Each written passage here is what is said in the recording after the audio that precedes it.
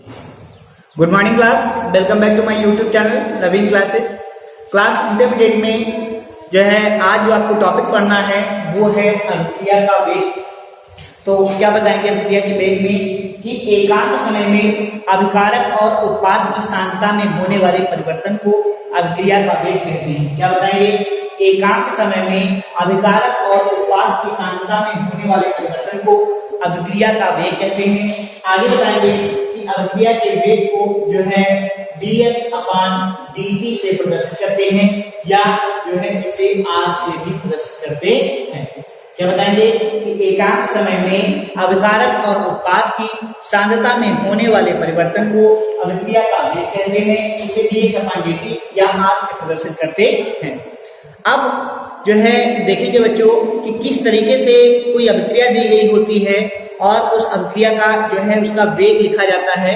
तो इसके लिए जो है एक अभिक्रिया देख रहे हैं और इसके माध्यम से आपको ये बताया जाएगा कि अभिक्रिया के वेग को जो है किस तरीके से लिखा जाता है। जैसे ये अभिक्रिया दी गई है small a plus a small a plus small b capital b give the small c capital c plus small d capital D.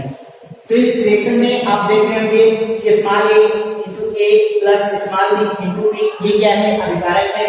और small c capital c plus small d capital d ये क्या है बेटा? उत्पाद है।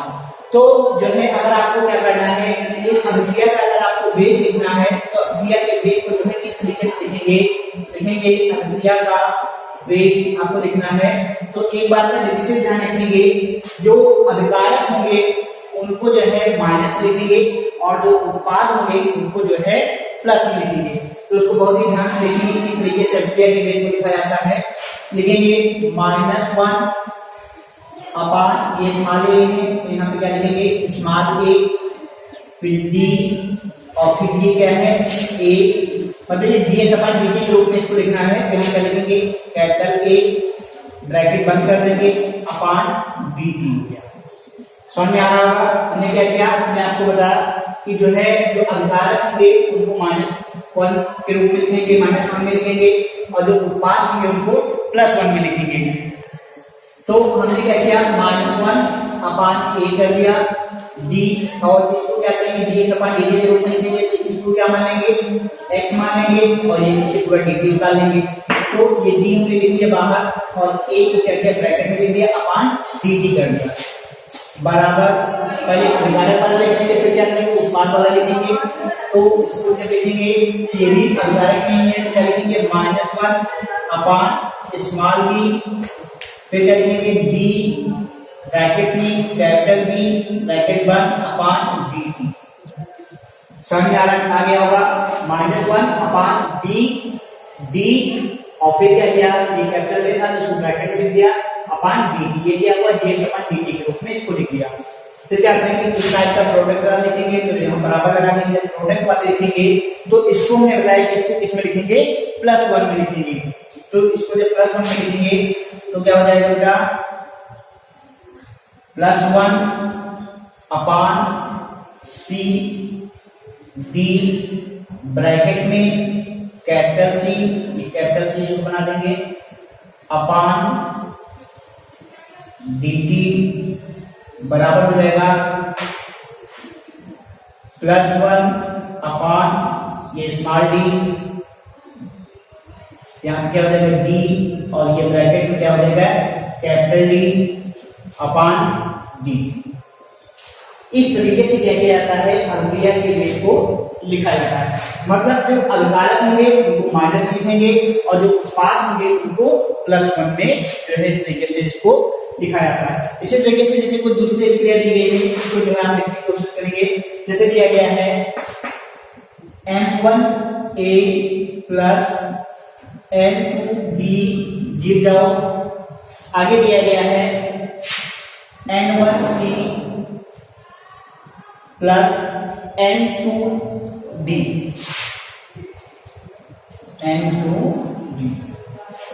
इसको capital में कर देंगे क्योंकि साथ में कैपिटल में होगा। तो ये क्या हुआ? M1A इसको भी कैपिटल में कर देंगे क्या हो जाएगा M1A plus M2B gives out N1C plus N2D। ये कोई अभिक्रिया दी गई है तो आप देख रहे हो कि M1A प्लस M2B ये अभिकारक है और N1C प्लस N2D ये क्या है उत्पाद है। तो इस अभिक्रिया से जो है आपको क्या करना है, इस अभिक्रिया का अभिक्रिया के वेग के रूप में इसको अगर लिखना है तो आप क्या करेंगे, लिखेंगे अभिक्रिया का वेग इक्वल टू, इसी तरीके से जैसे हमने ऊपर आपको बताया कि अभिकारक को क्या करेंगे माइनस में लिखेंगे तो क्या हो जाएगा -1 अपान M1 D ब्रैकेट में A ब्रैकेट बंद dt बराबर क्या हो जाएगा, इसके लिए लिखेंगे तो क्या हो जाएगा -1 अपान M2 D ब्रैकेट में B ब्रैकेट बंद dt। अब उत्पाद के लिए लिखेंगे तो क्या हो जाएगा बेटा 10 में हो जाएगा तो क्या हो जाएगा +1 अपान N1 D ब्रैकेट में यहाँ पे कैपिटल C होगा, कैपिटल C अपान dt। इसको जब लिखेंगे तो क्या हो जाएगा +1 अपान N2 D ब्रैकेट में कैपिटल D ब्रैकेट बंद अपान D। तो इस तरीके से क्या होता है बेटा कि कोई अभिक्रिया जो दी गई होती है तो उसको dx अपान dt की फॉर्म में इसी तरीके से इसको लिखा जाता है। तो एक बार फिर से रिवाइज करेंगे, क्या बताया गया अभिक्रिया के वेग में कि एकांक समय में होने वाले अभिकारक और उत्पाद की सांद्रता में परिवर्तन को हम क्या कहते हैं, अभिक्रिया का वेग कहते हैं। इसे dx अपान dt से प्रदर्शित करते हैं या इसे r से प्रदर्शित करते हैं। और फिर उसके बाद हमने आपको बताया कि अगर कोई अभिक्रिया दी गई है तो उसको किस तरीके से उसको जो है अभिक्रिया के वेग के रूप में उसको लिखा जाता है, इसको जो है आपको बताया गया। तो जल्दी से इसका स्क्रीनशॉट ले लेंगे और फिर आगे बढ़ेंगे। अब आगे पढ़ेंगे बेटा अगला टॉपिक कि अभिक्रिया के वेग का टक्कर सिद्धांत। क्या पढ़ेंगे, अभिक्रिया के वेग का टक्कर सिद्धांत। अभी आपने पढ़ा कि अभिक्रिया का वेग क्या होता है।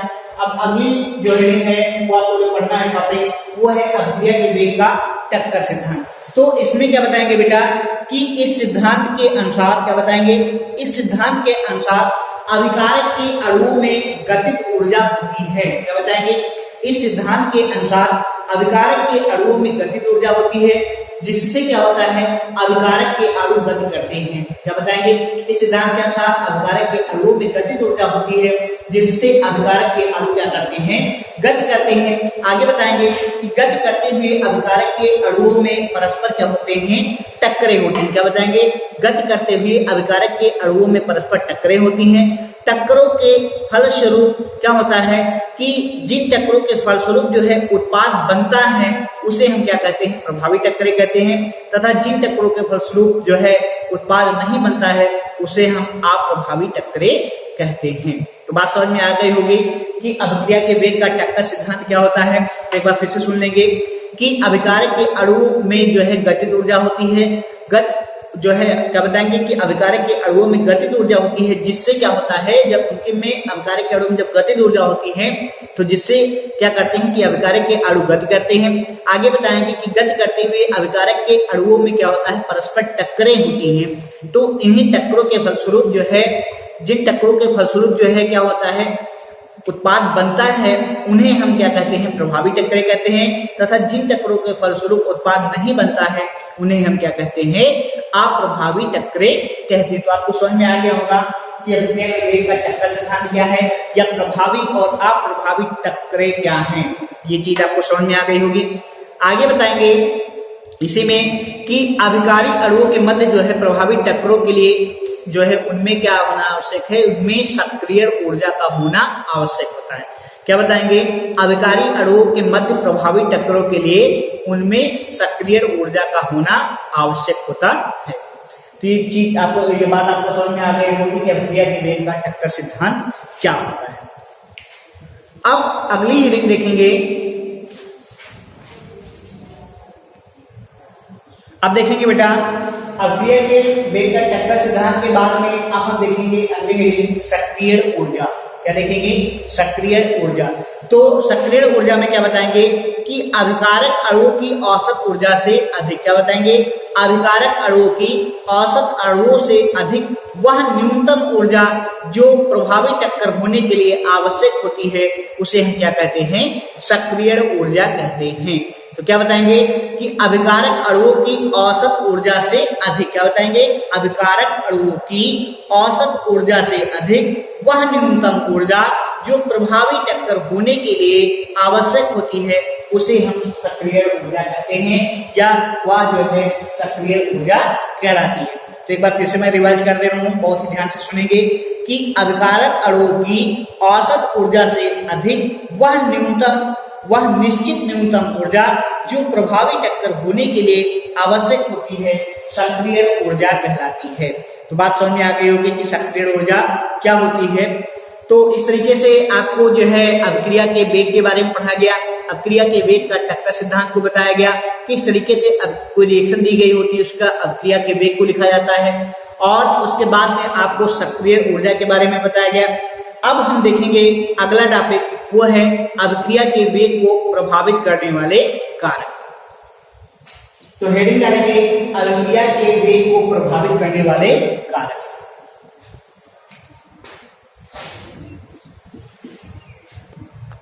अब हम देखेंगे बेटा कि अभिक्रिया के वेग को प्रभावित करने वाले कारक। तो आप बताएंगे कि अभिक्रिया के वेग को प्रभावित करने वाले कारक निम्नलिखित हैं। तो सबसे पहले जो है हेडिंग डालेंगे, इसमें लिखेंगे अभिकारक की सांद्रता, अभिकारक की सांद्रता। सबसे पहला कारक क्या बताएंगे, अभिकारक की सांद्रता। तो इसमें क्या बताएंगे कि अभिकारक की सांद्रता बढ़ाने से, क्या बताएंगे, अभिकारक की सांद्रता बढ़ाने से उत्पाद की सांद्रता बढ़ जाती है।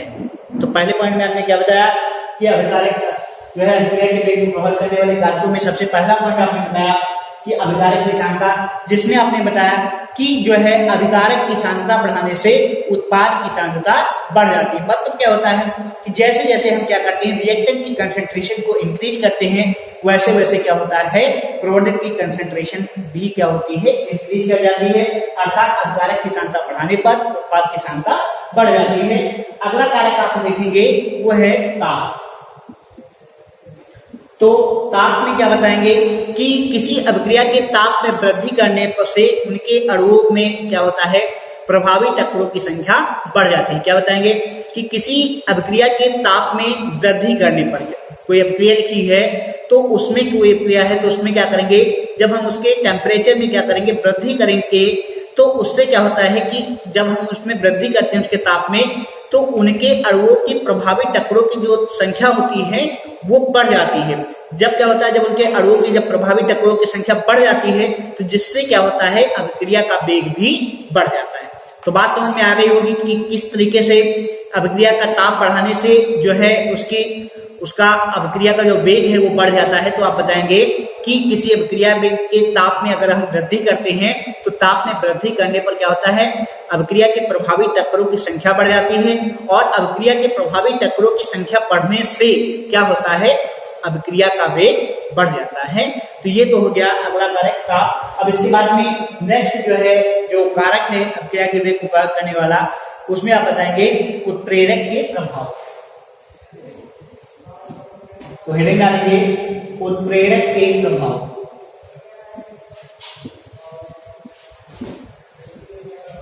तो उत्प्रेरक के प्रभाव में क्या बताएंगे कि उत्प्रेरक सक्रिय ऊर्जा के मान को घटा दे। क्या बताएंगे, उत्प्रेरक सक्रिय ऊर्जा के मान को घटा दे तो अभिक्रिया का वेग बढ़ जाता है। मतलब क्या बताया गया, जो उत्प्रेरक है वो यदि क्या करे, सक्रिय ऊर्जा के मान को जब यदि घटा देते हैं तो क्या होता है, अभिक्रिया का वेग बढ़ जाता है। तो बात समझ में आ गई होगी किस तरीके से अभिक्रिया का जो है उत्प्रेरक में क्या प्रभाव होता है। तो उत्प्रेरक क्या करते हैं, सक्रिय ऊर्जा के मान को घटा देते हैं तो अभिक्रिया का जो वेग है वो क्या होता है, बढ़ जाता है। अब देखेंगे अगला कारक अभिक्रिया के वेग को प्रभावित करने वाला, तो इसमें बताएंगे अगला कारक है पृष्ठ क्षेत्रफल।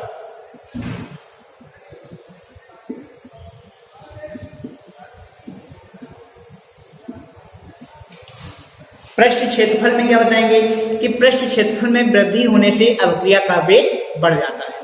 मतलब क्या हुआ कि किसी अभिक्रिया के पृष्ठ क्षेत्रफल में वृद्धि होने से अभिक्रिया का वेग बढ़ जाता है। ये चौथा कारक हो गया अभिक्रिया के वेग को प्रभावित करने वाला। और इसके बाद में एक कारक और पढ़ेंगे, वो है प्रकाश का प्रभाव।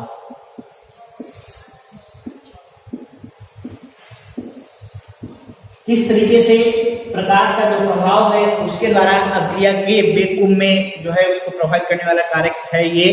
तो इसमें क्या बताएंगे कि प्रकाश की उपस्थिति में ताप में वृद्धि होती है और जिससे क्या होता है उनके टक्करों की संख्या बढ़ जाती है और अभिक्रिया का वेग बढ़ जाता है। तो होता क्या बेटा कि आपको बताया गया कि प्रकाश के प्रभाव में आप क्या बताएंगे कि प्रकाश की उपस्थिति में क्या होता है, ताप में वृद्धि होती है।